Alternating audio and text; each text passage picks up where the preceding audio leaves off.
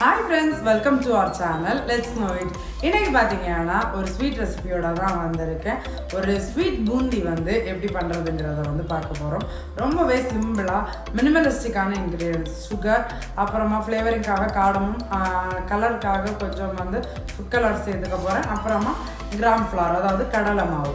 இவ்வளவு தான் இதுக்கு தேவையான இன்க்ரீடியன்ஸ். இந்த இன்க்ரீடியன்ஸ் எல்லாமே சேர்த்துட்டு நம்ம வந்து குயிக்காகவே வந்து இந்த பூந்தி வந்து நம்ம வீட்டிலேயே ரெடி பண்ணிடலாம். ஸோ எப்படி வந்து இந்த ஸ்வீட் பூந்தி வந்து ரெடி பண்ணுறதுங்கிறத பார்க்கலாம் வாங்க. முதல்ல நம்மளோட ஸ்வீட் பூந்திக்கு தேவையான சுகர் சிரப் ரெடி பண்ணிட போகிறேன். 1 கப் அளவுக்கு சுகர் வந்து எடுத்து வச்சுருக்கேன். இதே சேம் மெஷரிங் கப்பில் ஒரு 1.25 கப் அளவுக்கு தண்ணி வந்து மெஷர் பண்ணிவிட்டு இதில் சேர்த்துட போகிறேன். இதிலே பார்த்தீங்கன்னா சைடில் எனக்கு மெஷர்மெண்ட்ஸ் வந்து கொடுத்துருக்காங்க. ஸோ 1/4 கப், 1/2 கப், 1 கப்புன்னு. ஸோ நான் அந்த 1/4 கப் லெவலுக்கு அடுத்த தண்ணி வந்து மெஷர் பண்ணிவிட்டு இதில் வந்து சேர்த்துட போகிறேன். இந்த மாதிரி அகலமான பாத்திரத்தில் நீங்கள் வந்து சுகர் சிரப் ரெடி பண்ணுறப்போ உங்களோட பூந்தீஸை வந்து உள்ளே சோக் பண்ணுறதுக்கு உங்களுக்கு ஈஸியாக இருக்கும். இதில் ஃப்ளேவரிங்காக 2 ஏலக்காய் வந்து சேர்த்துட போகிறேன். ஜஸ்ட் இந்த மாதிரி கையாலேயே பிச்சுட்டு ஜஸ்ட் வந்து இந்த மாதிரி பண்ணுவேன். ஜஸ்ட் இப்படி கையால் டேர் பண்ணிவிட்டு உள்ளே இருக்கக்கூடிய காடமம் பார்ட்ஸோடையே உள்ளே சேர்த்துட போகிறேன். நல்லா வந்து கொதிக்கட்டும். ஒரு 5லேருந்து 6 நிமிஷம் நல்லாவே இது கொதிக்கணும். ஸோ இது அப்படியே விட்டுடலாம். நம்மளோட சுகர் சிரப் பார்த்தீங்கன்னா நல்லா ஒரு 5 நிமிஷம் அளவுக்கு கொதிச்சிருச்சு. இதில் ஒரு 5லேருந்து 6 ட்ராப் லெமன் ஜூஸ், அதிகம் வேண்டாம், ஒரு 5லேருந்து 6 ட்ராப் லெமன் ஜூஸ் போதும். அது அகைன் வந்து கிறிஸ்டலைசேஷன் ஆகாமல் இருக்கிறதுக்காக, அதாவது மறுபடியும் அந்த சுகர் வந்து கிறிஸ்டலாக ஃபார்ம் ஆகும். அந்த மாதிரி கிறிஸ்டல் ஃபார்ம் ஆகாமல் இருக்கிறதுக்காக தான் நம்ம இதில் லெமன் ஜூஸ் சேர்த்துக்கிறோம். இனி இதில் பார்த்தீங்கன்னா நான் ஃபுட் கலர் வந்து சேர்க்குறேன். பார்த்தீங்கன்னா எனக்கு கேசர் ஃபுட் கலர் சேர்க்குறேன், இல்லைன்னா சாஃப்ரான் கலர்னு சொல்லுவாங்க. ஜஸ்ட் ஒரு 2 ட்ராப்ஸ் சேர்த்துருக்கேன். நான் லிக்விட் ஃபுட் கலர் சேர்த்துருக்கேன். நீங்கள் நார்மலான கேசரி கலர், அதாவது கேசர் கலர்னு சொல்லுவாங்க, கேசரிக்கு யூஸ் பண்ணக்கூடிய அந்த எல்லோ கூட யூஸ் பண்ணிக்கலாம். அதோடைய லிக்விட் ஃபார்மில் தான் யூஸ் பண்ணியிருக்கேன். பக்கப்போ தெரியுதா, ஒரு கோல்டன் எல்லோ கலரில் இருக்குது. இதுதான் கரெக்டான கலராக இருக்கும். ஏன்னா நம்ம வந்து ரெடி பண்ணக்கூடிய பேட்டரிலையும் வந்து கலர் வந்து சேர்த்துக்குவோம். ஸோ இது போதுமான அளவில் இருக்குது. இப்போது ஸ்டவ் ஆஃப் பண்ணிட போகிறேன். இதை ஒரு லிட் வச்சு கவர் பண்ணிட்டு அப்படியே வச்சிடலாம். இனி இதுக்குரிய மாவு வந்து ரெடி பண்ணிடலாம். கடலை மாவு பேட்டர் வந்து ரெடி பண்ணிடலாம். நம்ம ஸ்வீட் பூந்தியோடைய பூந்தி ரெடி பண்ணுறதுக்காக அந்த பேட்டருக்கு 1 கப் அளவுக்கு கடலை மாவு எடுத்திருக்கேன். சேம் மெஷரிங் கப்பில் மெஷர் பண்ணி 1 கப் அளவுக்கு எடுத்திருக்கேன். ஜஸ்ட் இதை வந்து மிக்ஸ் பண்ணி விட்டுட்டு இதில் ரொம்பவே கொஞ்சமாக, அதாவது ஒரு பிஞ்சு அளவுக்குன்னு சொல்லலாம், பேக்கிங் பவுடர் வந்து 1/4 டீஸ்பூன் கணக்கு வச்சுக்கோங்க. டீஸ்பூன் கணக்கில் சொல்லணும்னா 1/4 டீஸ்பூன் கணக்கில் நான் அப்ராக்சிமேட்டாக ஐ மெஷரில் தான் சேர்த்துருக்கேன். நீங்கள் 1/4 டீஸ்பூன் வந்து சேர்த்துட்டு ஜஸ்ட் அதை வந்து ரஃபாக அந்த ட்ரை ஃப்ளவர் கூட வந்து மிக்ஸ் பண்ணி விட்டுக்கோங்க. நம்மளோட ட்ரை ஃப்ளவர் பார்த்திங்கன்னா ரெடி ஆகிடுச்சு. இதில் ஒரு 1/2 கப் அளவுக்கு தண்ணி வந்து சேர்த்துக்கலாம்.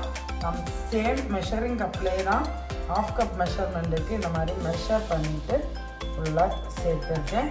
சேர்த்துட்டு நல்ல ஒரு திக் பேட்டராக வந்து எடுத்துக்க போகிறோம். இதுலேயும் ஃபுட் கலர் வந்து சேர்த்துக்க போகிறோம். அப்போ தான் நம்ம வந்து இப்போ கடையில் வாங்கக்கூடிய அந்த பூந்தியோடைய கலர் வரும். 4 ட்ராப்ஸ் ஃபுட் கலர் இதில் சேர்த்துருக்கேன். மிக்ஸ் பண்ணிவிட்டு அப்புறமா தேவைப்பட்டுச்சுன்னா அகெயின் வந்து கலர் கொஞ்சமாக சேர்த்துக்கலாம். இந்த ஒரு திக் பேட்டரை வந்து மிக்ஸ் பண்ணிக்கோங்க. இந்த மாதிரி ஜஸ்ட் ஒரு விஸ்க் வச்சுட்டு மிக்ஸ் பண்ணிங்கன்னா லம்ஸை எலிமினேட் பண்ணலாம். ஸோ இந்த மாதிரி மிக்ஸ் பண்ணி விட்டுக்கோங்க. கலர் பார்த்தீங்கன்னா கம்மியாக தான் இருக்குது. நான் 2வது நல்லா மிக்ஸ் பண்ண அப்புறமா கலர் வந்து தேவைக்கு சேர்த்துக்குவேன். இப்போ பார்த்தீங்கன்னா நான் கொஞ்சம் கூட ஃபுட் கலர் ஆட் பண்ணிவிட்டு நல்லா இந்த மாதிரி விகரஸாக பீட் பண்ணேன். நல்லா லம்ஸ் எதுவும் இல்லாமல் ஒரு திக் பேஸ்ட் வந்து ஃபார்ம் ஆகிருக்கு பாருங்கள். இந்த மாதிரி ஒரு திக் பேஸ்ட் வந்து ஃபஸ்ட்டு வந்து ஃபார்ம் பண்ணிக்கோங்க. ஒரு பிஞ்சு சால்ட்டு இந்த மாதிரி மிக்ஸ் பண்ண அப்புறமா நான் வந்து சேர்த்துக்கிறேன். எனி ஸ்வீட் வந்து சால்ட் இல்லைன்னா நல்லா இருக்காது. ஸோ ஒரு பிஞ்சு சால்ட் வந்து அந்த ஸ்வீட்னஸ் வந்து என்ஹான்ஸ் பண்ணி கொடுக்கும். ஸோ இதையும் சேர்த்துட்டு ஒரு வாட்டி மிக்ஸ் பண்ணி விட்டுக்கலாம். விகரஸாக மிக்ஸ் பண்ணுங்கள். ஸோ லம்ஸ் எதுவுமே இருக்காது. நமக்கு ஸ்மூத்தான பேட்டர் தான் இந்த பூந்தி பண்ணுறதுக்கு நமக்கு வேணும். இதெல்லாம் அகெயின் ஒரு 1/4 கப் அளவுக்கு தண்ணி சேர்த்துக்கிறேன். அதில் கொஞ்சம் ஒரு 2-3 டேபிள் ஸ்பூன் தண்ணியை வச்சுருக்கேன். நம்ம பேட்டரோட கன்சிஸ்டன்சி பார்த்துட்டு அகைன் வந்து உள்ளே சேர்த்துக்கலாம். நல்லா வந்து மிக்ஸ் பண்ணிக்குவாங்க. நல்லா வந்து ஒரு ஃப்ளோயி கன்சிஸ்டன்சிக்கு வந்துருச்சு. அதுக்கப்புறமா கூட ஒரு டேபிள் ஸ்பூன் அளவுக்கு தண்ணி வந்து சேர்த்துக்கிட்டேன். ரொம்பவும் அதிகமாக சேர்த்து வாட்டரி ஆக்கிட வேண்டாம். இப்போது நான் ஒரு குளிக்கரையில் உங்களுக்கு அதோட கன்சிஸ்டன்சி காமிக்கிறேன். சரியா? இந்த மாதிரி ஃப்ளோ ஆகணும். ஸோ நம்ம வந்து ஒரு பூந்தி லேடலில் இல்லை ஒரு ஜல்லடை கரண்டியில் எதுலையாச்சும் ஊற்றி நம்ம பண்ணுறப்போ இந்த ஃப்ளோ இருந்தால் தான் நமக்கு அது பூந்தியாக வந்து ஃபால் ஆகும். நான் இன்றைக்கி பார்த்தீங்கன்னா ஜஸ்ட் நம்ம வீட்டில் இருக்கும் தெரியுமா, ஃப்ரை பண்ணி எடுக்கிறதுக்கு யூஸ் பண்ணக்கூடிய இந்த ஓட்டையாக வர்ற கரண்டி, இதில் தான் எடுத்துகிட்டு நம்ம வந்து போர் பண்ணிக்க போகிறோம். நம்ம இதில் போர் பண்ணிக்கிறப்போ கீழே வந்து பால்ஸாக வரும் பாருங்க. ஜஸ்ட் இந்த மாதிரி பெட்டராக போர் பண்ணுறப்போ இது வழியாக ஃபால் ஆகும். ஜஸ்ட் இந்த மாதிரி ஷேக் கூட பண்ணிக்கலாம். ஆனால் இந்த மாதிரி ரப் பண்ணி விடலாம். ஃபால் ஆகிறது தெரியுதா? ஸோ இந்த மாதிரி இந்த ஹோல்ஸ்லேருந்து ஃபால் ஆகும். நான் இதை அப்படியே ஒரு பிளேட் மேலே ட்ரான்ஸ்ஃபர் பண்ணி வச்சுட போகிறேன். ஜஸ்ட் ஒரு பிளேட்டில் ஃபால் ஆகாமல் ட்ரான்ஸ்ஃபர் பண்ணி வச்சுட போகிறேன். ஆயில் வந்து சூடாகிறதுக்கு வச்சுட்டேன். ஆயில் வந்து ஓரளவுக்கு ஹீட் ஆனதும் அதில் வந்து இதை கொஞ்சம் கொஞ்சமாக சேர்த்துட்டு ஃப்ரை பண்ணிக்க போகிறோம். நம்ம வீட்டில் இருக்கக்கூடிய இந்த மாதிரி இருக்கிற ஜல்லடை கரண்டி யூஸ் பண்ணிவிட்டு நம்ம வந்து ஃப்ரை பண்ணலாம். ஒரு மீடியம் ஃப்ளேமில் வச்சுட்டு தான் ஃப்ரை பண்ணணும். இது பார்த்திங்கன்னா குயிக்காக டக்குன்னு ஃப்ரை ஆகிடும். பக்கத்தில் யாராச்சும் ஹெல்ப்புக்கு இருந்தாங்கன்னா இன்னும் பெட்ரு. எனக்கு இன்றைக்கி பார்த்திங்கன்னா ஹெல்ப்புக்குன்னு யாரும் இல்லை. ஸோ நான் ஒரு ஷார்ட் எடுக்கிறது வரைக்கும் தான் கவர் பண்ணுவேன்னு நினைக்கிறேன். அப்புறமா நான் டக்குன்ட்டு வீடியோவை வந்து ப்ரொசீட் பண்ணி முடிச்சுட்டு உங்களுக்கு ஃபைனல் அவுட்புட் எப்படி இருக்குங்கிறதையும் வந்து காமிப்பேன். பார்த்திங்கன்னா ஆயில் வந்து சூடு பண்ணி வச்சுருக்கேன். இதில் நம்ம இந்த லேடரில் வச்சுட்டு நம்மளோட பேட்டர் ரெடி பண்ணி வச்சுருக்கோம் இல்லையா, அதை இந்த மாதிரி ஸ்லோவாக வந்து போர் பண்ணிக்கலாம். நம்ம போர் பண்ண உடனேயே நம்மளோட பூந்திஸ் எல்லாமே ஃப்ளோட் ஆகணும். அதுதான் கரெக்டான டெம்பரேச்சர்ன்றதோடைய சைன். ஜஸ்ட் இந்த மாதிரி ஷேக் பண்ணிங்கன்னா இன்னும் சூப்பராக வரும். இந்த மாதிரி ஷேக் பண்ணிகிட்டே பண்ணிங்கன்னா இந்த பூந்திஸ் வந்து ஃபால் ஆகிறது சூப்பராக ஃபால் ஆகும். மீடியம் ஃப்ளேம்லேயே வச்சுக்கோங்க. ஜஸ்ட் இந்த மாதிரி ஷேக் பண்ணிகிட்டே இருக்கு. ஸோ ட்ராப் பை ட்ராப்பாக வந்து உங்களுக்கு ஃபால் ஆகும். பார்த்தீங்கன்னா ஸ்லோ ஃப்ளேமில் வச்சுட்டு இந்த பப்ளிங் சவுண்டு வந்து அடங்கணும். அந்த அளவுக்கு வந்து ஃப்ரை பண்ணிக்கலாம். ஆனால் அது குட்டி ட்ராப்ஸ் கூட வந்து ஃபாலோ ஆகிட்டு பாருங்க. நம்ம அந்த மாதிரி ஷேக் பண்ணுறப்போ அது குட்டி ட்ராப்ஸ் தான் ஃபாலோ ஆகுறதுக்கு ஹெல்ப் பண்ணும். ஸோ இந்த சிஸ்லிங் சவுண்ட், அதாவது இந்த பபிள்ஸ் வர்ற சவுண்ட் வந்து அடங்கணும். அது அடங்குறது வரைக்கும் ஃப்ரை பண்ணி எடுத்துக்க போகிறோம். பார்த்திங்கன்னா ஒரு நிமிஷம் தான் டைம் எடுக்கும். மேக்ஸிமம் பார்த்திங்கன்னா ஒரு மீடியம் ஃப்ளேமில் வச்சுட்டு ஃப்ரை பண்ணிகிட்டு இருக்கேன். கரெக்டாக ஒரு நிமிஷத்துலேயே இது வந்து ரெடி ஆகிடும். ஸோ பக்கத்தில் யாராச்சும் இருக்காங்க ஹெல்ப் பண்ணுறதுன்னா கொஞ்சம் பெரிய பாத்திரத்துலேயே, அகலமான பாத்திரத்துலேயே வந்து போட்டுட்டு டக்குன்னு போட்டு ஃப்ரை பண்ணுறதுக்கு உங்களுக்கு ஈஸியாகவும் இருக்கும். இப்போ பார்த்திங்கன்னா நம்மளோட பூந்திஸ் எல்லாமே ஓரளவுக்கு கிறிஸ்பியாக ஆரம்பிச்சிருச்சு. ஜஸ்ட் இன்னும் ஒரு 30 செகண்ட்ஸுக்குள்ளேயே இன்னும் நல்லா வந்து கிறிஸ்பி ஆகிடும். இது எவ்வளோ தூரம் கிறிஸ்பியாக வருதோ அந்த அளவுக்கு நீங்கள் வந்து சுகர் சிரப்பில் சோக் பண்ண அப்புறமாவும் உங்களுக்கு சூப்பராக இருக்கும். பார்த்தீங்கன்னா ஒரு பிளேட்டில் டிஷ்யூ பேப்பர் வந்து லைன் பண்ணி வச்சுருக்கேன். டைரெக்டாக வந்து நான் வந்து சுகர் சிரப்பில் சேர்க்க போகிறதில்ல. இதில் ஆயில்னஸ் வந்து கொஞ்சம் ஜாஸ்தியாக இருக்கு இல்லையா, அதனால ட்ரைன் பண்ணிவிட்டு அப்புறமா சேர்த்துக்கலாங்கிறதுக்காண்டி நான் இதுலேருந்து வடிகட்டிட்டு நான் அந்த டிஷ்யூ பேப்பர் மேலே வந்து சேர்த்துக்க போகிறேன். ஸோ அதில் இருக்கக்கூடிய எக்ஸஸ் ஆயில் எல்லாமே டிஷ்யூ பேப்பர் வந்து அப்சர்வ் பண்ணிடும். சவுண்ட்ஸ் கேட்குதா? இந்த சவுண்ட், இந்த கிறிஸ்பினஸ் வந்து வர ஆரம்பிச்சிருக்கு.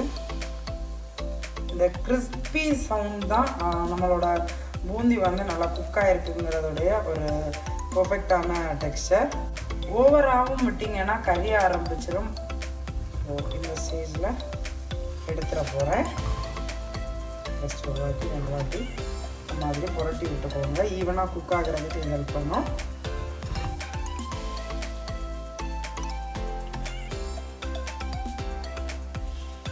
இந்த மாதிரி டிஷ்யூ பேப்பர்லாம் வந்து ட்ரான்ஸ்ஃபர் பண்ணி வச்சிடுறேன். இதே மாதிரியே நான் பாக்கி இருக்கக்கூடிய பேட்டர்லையும் பூந்தி வந்து போட்டு ரெடி பண்ணிட போகிறேன்.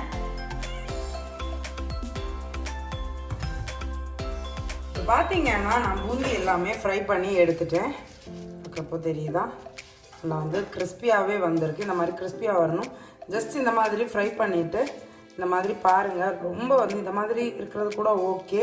பட் சிலது பார்த்திங்கன்னா ரொம்ப இந்த மாதிரி பெருசாக இருக்குன்னா உடைச்சி விட்டு பாருங்கள். உடைக்க முடியலைங்கிறத தனியாக எடுத்துருங்க. நம்ம எவ்வளோ தான் வந்து கேர்ஃபுல்லாக போட்டாலும் 1-2 இந்த மாதிரி வரதான் செய்யும்.